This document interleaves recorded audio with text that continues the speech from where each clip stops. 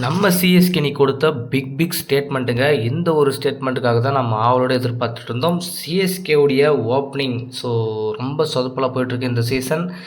என்ன பண்ணுறது, ருத்ராஜ் கைக்வாட் ஏன் இப்படி ஆடிட்டு இருக்காரு? இன்னும் ஃபார்முக்கே வரலையே, அவர் எப்போ ஃபார்முக்கு வருவாருன்னு சொல்லிட்டு மிகப்பெரிய ஒரு கேள்விகள் இருக்குது. அப்படி இருக்கும்போது நம்ம ஏன் இப்படி ஒரு மாற்றத்தை கொண்டு வரக்கூடாது அப்படின்னு சொல்லிட்டு சிஎஸ்கே தரப்புலேருந்து பல விவாதங்கள் போயிட்டுருக்கு. ருத்ராஜ் கைக்வாட்டை ஒன் டவுன் பொசிஷனில் ஆட வச்சுட்டு ஓப்பனிங்கை நம்ம சேஞ்ச் பண்ணலாம் அப்படின்ற ஒரு மைண்ட் செட்டில் சிஎஸ்கே மேனேஜ்மெண்ட் இருப்பதாகவும் ஒரு தகவல் வெளியே இருக்குது. ஏன் அப்படின்னா அவர் ஓப்பனிங்லேயே ஸ்ட்ரகிள் பண்ணிட்டு இருக்கும்போது மற்ற வீரர்கள் எப்படி அவரை பார்த்து ப்ளே பண்ணுவாங்க அப்படின்றத ஒரு கேள்வியாக இருக்குது. அதனால் முடிஞ்ச அளவுக்கு சிஎஸ்கேவுடைய ஓப்பனிங்கை நம்ம மாற்ற பார்க்கலாம் அப்படின்னு சொல்லிட்டு சிஎஸ்கே தரப்புலேருந்து ஒரு தகவல் வெளியே இருக்குது. அப்படி இருக்கும்போது ஓப்பனிங் மாற்றினா அப்படின்னா யாரை உள்ளே கொண்டு வருவீங்க, யார் அந்த ஓப்பனிங் பேர் அப்படின்றது ஒரு கேள்வியாக இருக்குது. ஏன்னா ஆயுஷ் மத்திய இப்போ இன்ஜுரி காரணமாக ரூல் அவுட் ஆகாமல் 3 வீக் ரெஸ்ட்டில் இருக்கணும்னு சொல்லிட்டு ஒரு தகவல் வெளியே இருக்குது. அப்படின்றதுனால சிஎஸ்கேவில் தொடர்ந்து வீரர்கள் இப்படி ஒரு இன்ஜுரியிலேருந்து வெளியே போகிறது சிஎஸ்கேனிக்கு மிகப்பெரிய ஒரு பின்னடைவு அப்படின்னு கூட நம்ம சொல்லலாம். ஓப்பனிங்கை பொறுத்த வரைக்கும் ருத்ராஜ் கைக்வாட்டும் சஞ்சு சாம்சனும் இந்த சீசனில் சக்ஸஸ்ஃபுல்லாக எடுத்துகிட்டு போகல அப்படின்றது தான் முக்கியமான விஷயம். ஆல்மோஸ்ட் பாதி போட்டிகள் முடிஞ்சிடுச்சு. பாதி போட்டிகளில் ஓப்பனிங்குடைய சப்போர்ட்டே இல்லை அப்படின்னா தொடர்ந்து வெற்றி பெறுவது ரொம்ப ரொம்ப கடினமான விஷயம். அதனால் முடிஞ்ச அளவுக்கு சிஎஸ்கேனி எந்த அளவுக்கு இறங்கி வேலை செய்யணும் அப்படின்றத நம்ம பார்க்கணும். அப்போ தான் ரொம்ப ரொம்ப இம்பார்ட்டன்ட் இருக்கும். இப்படி இருக்கும்போது ஓப்பனிங் அதிரடியாக மாற்றம் இருந்தே ஆகணும் அப்படின்ற ஒரு கட்டாயத்தில் இருக்கும். இப்போ நம்ம கண்டிப்பாக ஓப்பனிங் மாற்றினா தான் அந்த கீர் ஓடும் அப்படின்றது தான் கணக்கு. இப்போதைக்கு சஞ்சு சாம்சன் ஸ்டாண்டர்டாக இருக்கார். ஃபார்முக்கு வந்துட்டார். பட் இருந்தாலுமே அவர்கிட்ட இருந்து பெரிய சப்போர்ட் தேவைப்படுது. அதை சிஎஸ்கேனிக்கு அவர் பண்ணார்னா போதும். சஞ்சு சாம்சன் கூட யார் அந்த ஓப்பனிங் பேரை களமிறங்க போகிறாங்க அப்படின்னு பார்த்தோம்னா நம்ம ஊர்வில் பட்டேல். வேறு லெவலுங்க. ஊர்வில் பட்டேலுடைய பர்ஃபார்மன்ஸ் அவ்வளோ சூப்பராக இருக்குங்க. செம்ம குவாலிட்டி இருக்குது. நல்ல பிளேயர் வேறு. அவரை போன சீசனே சிஎஸ்கேனி 11ல் வச்சுருந்தாங்க. பட் இந்த சீசன் அவரை ஏன் 11ல் கொண்டு வரல அப்படின்றது ஒன்றும் புரியல. பட் இந்த மாதிரியான சரியான மாற்றங்கள் இல்லாதது தான் சிஎஸ்கேனிக்கு தொடர் தோல்விக்கு ஒரு முக்கியமான காரணம் அமைஞ்சிருக்கு அப்படின்னு கூட சொல்லலாம்.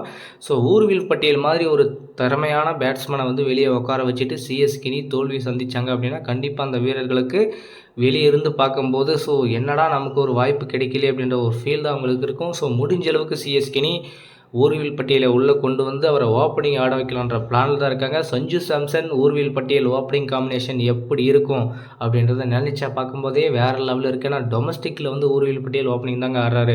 சும்மா வேறு லெவலில் ஆடி இருக்காரு. செம்ம பர்ஃபார்மன்ஸ் கொடுத்துருக்காரு. இந்த 2026 சீசனில் 31 பந்துகளுக்கு சதம் விளாசி சும்மா வேறு லெவலில் ரெக்கார்டை வச்சுருக்காரு. இதுக்கு முன்னாடி 2024 28 பாலுக்கு சதம் அடித்தார். போன சீசனில் 2025 31 பாலுக்கு சதம் அடிச்சிருக்காரு. அப்படின்போது கண்டிப்பாக அந்த குயிக்கஸ்ட் ஃபாஸ்டஸ்ட் 100 ஐபிஎல் இருக்குது அப்படின்றத அவர் மைண்டில் வச்சுருக்காரு. அந்த ஒரு இன்டென்ட் அவர்கிட்ட இருக்கும்போது ஏன் சிஎஸ்கேனி அவருக்கு பிளேயிங் லெவலில் சான்சஸ் கொடுக்க மாட்டேன்றாங்க அப்படின்றது ஒரு கேள்வியாக இருக்குது. அப்படி இல்லைனா கூட சஞ்சு சாம்சன் ருத்ராஜ் கைக்வாட் ஓப்பனிங் ஆடுறாங்க அப்படின்ற பட்சத்தில் மேபி ஊர்வில் பட்டியலை ஒன் டவுன் பொசிஷனில் கூட ஆட வைக்கலாம். ஆயுஷ் மத்தியக்கு ரீப்ளேஸ்மெண்ட் பிளேயராக ஊர்வில் பட்டியலை தாங்க ப்ளே பண்ண வைக்க போகிறாங்க. சிஎஸ்கே 11ல் அதில் எந்த மாற்றமும் இல்லை. அது அஃபிஷியல் ஸ்டேட்மெண்ட். அவர் ஒரு பேக்கப் பிளேயராக தான் வச்சுருக்காங்க அப்படின்றது அவருக்கு கிளியராக நமக்கு தெரிஞ்சு போச்சு. அதனால் ஆயுஷ் மத்திய இன்ஜுரிக்காக போனார் அப்படின்னா டேரெக்டாக அவர் பிளேயிங் லெவலில் இருக்க போகிறாரு. நம்பர் 3 ஸ்லாட்டில் கம்பல்சரியாக ப்ளே பண்ண போகிறாரு. என்னை பொறுத்த வரைக்கும் மேபி ஓப்பனிங் ஆடினா பெட்டராக இருக்கும். சஞ்சுவோட அவர் களமிறங்கினா கண்டிப்பாக ஒரு மாற்றம் கிடைக்கிறதுக்கான சான்சஸ் அதிகமாக இருக்குது. முடிஞ்ச அளவுக்கு ருத்ராஜ் கைக்வாட் பின்னாடி அவர் ப்ரெஷராக போட்டும் என்னவா போட்டும் அவருடைய மைண்ட் செட்டில் ஆடினாவே கேம் உள்ள வரலாம். அந்த ஒரு விஷயத்தை அவர் பண்ண மாட்டேன்றாரு. அவர் என்னைக்கு கேப்டன்ன்றதை மறந்துட்டு ஒரு பிளேயராக கன்சிடர் பண்ணி நான் பிளேயர் தான், கேப்டன் யாராவது இருக்கட்டும், ஃபஸ்ட் பேட்டிங்கை பொறுத்த வரைக்கும் நம்ம யார் கேப்டன்ன்றதே நம்ம பார்க்கக்கூடாது. பவுலிங்கு சேசிங் பண்ணும்போது பவுலிங்குன்னு வரும்போது மட்டும்தான் நம்ம அந்த இடத்துல ரெஸ்பான்சிபிலிட்டின்றதை பார்க்கணும். ஒரு கரெக்டான கேப்டன்சி பண்ணணும். யாருக்கு எந்தெந்த இடத்துல எந்தெந்த சுச்சுவேஷனில் தரணுன்றதை பார்த்தா போதும்.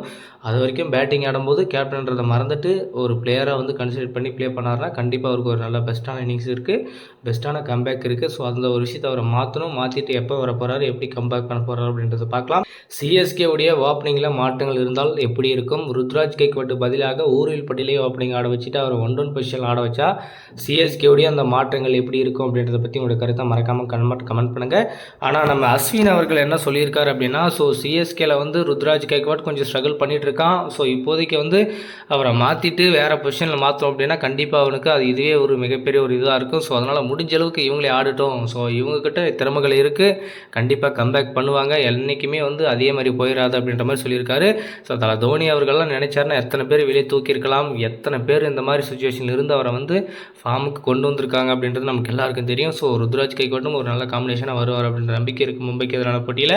ஸோ ஊர்வில் பட்டியலை வந்து ஓப்பனிங் இருக்குன்னா எப்படி இருக்குன்னு சொல்லிட்டு உங்களுக்கு கருத்தை மறக்காமல் கமெண்ட் பண்ணுங்கள். நேற்றைய போட்டி மும்பை vs ஜிடி வேறு லெவலில் இருந்துச்சுங்கடா மேட்ச். என்ன மேட்ச்சு, செம்ம கம்பேக்குங்க மும்பை.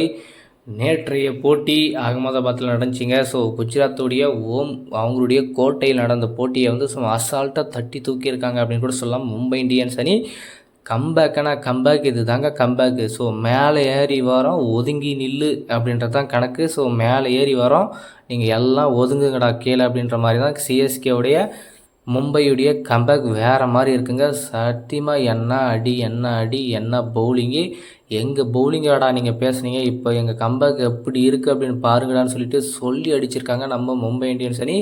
செம்ம பிளேயிங்க.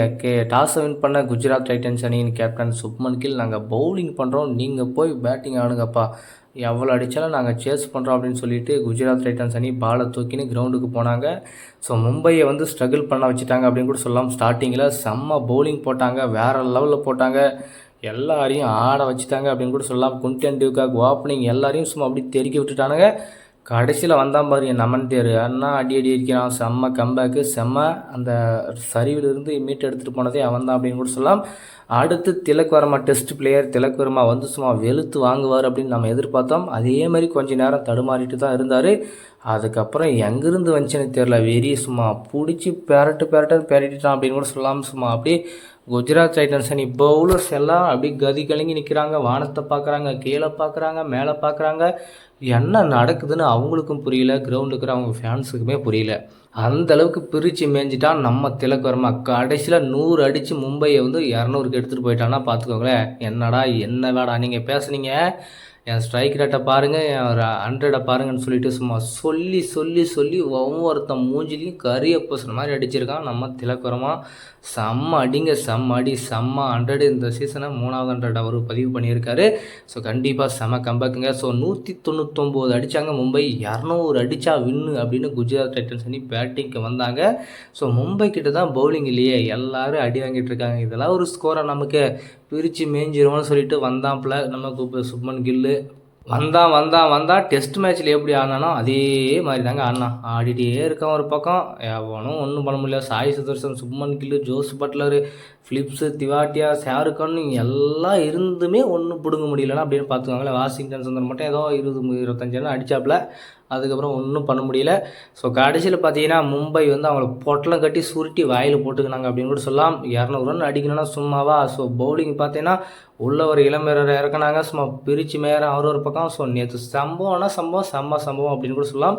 ஸோ நேற்றைய போட்டியில் மும்பை அணி குஜராத்தை வச்சு செஞ்சுருக்காங்க. கம்பேக் இதுதாண்டா கம்பேக்குன்னு சொல்லிட்டு 99 ரன்கள் வித்தியாசத்தில் வெற்றி பெற்று ஸோ அடுத்த லெவலுக்கு போயிருக்காங்க. புள்ளிப்பட்டியல் சும்மா அப்படி டக்குன்னு மேலே ஏறிட்டாங்க அப்படின்னு கூட சொல்லலாம்.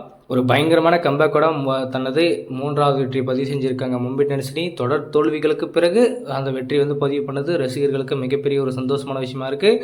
மும்பை இந்தியன்ஸ் அணி நேற்று குஜராத் டைட்டன்ஸ் அணியை வச்சு செஞ்சதை பற்றி உங்களோட கருத்துக்கள் மறக்காமல் கமெண்ட் பண்ணுங்கள். எந்த இடத்துல மேட்ச்சுக்கு வந்தாங்க அப்படின்றத பற்றி உங்களோட கருத்துக்களை மறக்காமல் கமெண்ட் பண்ணுங்கள்.